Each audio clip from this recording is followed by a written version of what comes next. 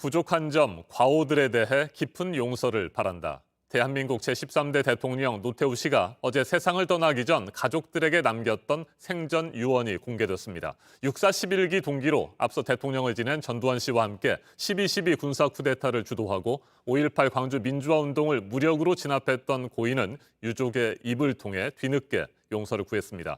하지만 5.18 기념재단 등 광주의 5월 단체들은 노 씨가 역사의 죄인으로 기록될 것이라며 죄값을 반드시 평가하겠다고 밝혔습니다.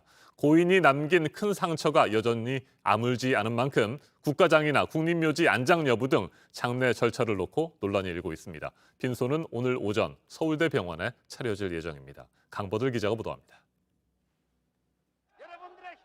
국민을 위해 봉사할 수 있어 영광스러웠다. 나름의 노력을 다했지만 부족한 점과 과오에 대해 깊은 용서를 바란다. 오랜 병상 생활 끝에 89세로 세상을 떠난 전직 대통령 노태우 씨가 생전에 남긴 말이 공개됐습니다. 직업군인이던 노 씨가 이른바 봉사할 수 있는 기회를 잡은 건 쿠데타와 광주 민주화 시위 유혈 진압을 통해서였습니다. 먼저 대통령이 된 육사동기 전두환 씨 밑에서 장관만 3번을 지내며 2인자의 지위를 누렸습니다.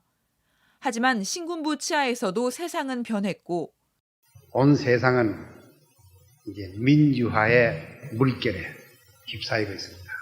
민주화 참 좋죠. 얼마나 좋습니까? 여당 대선 후보일 때는 6월 항쟁으로 터져나온 직선제 요구. 첫 직선제 대통령이 된 뒤에는 50 청산 요구를 받아들일 수밖에 없었습니다. 퇴임 후에는 역사 바로 세우기 분위기 속에 쿠데타, 광주 유혈 진압, 수천억 원의 비자금 조성 혐의로 법정에 서야 했습니다. 구속수감 2년 만에 특별 사면으로 풀려났지만 전직 대통령 예우는 박탈당했습니다.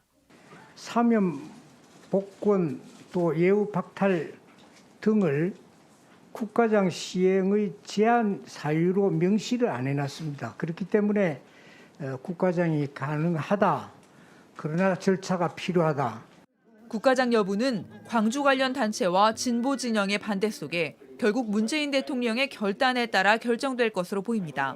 청와대는 아직까지 별세 관련해 공식적인 입장을 내놓지 않았습니다.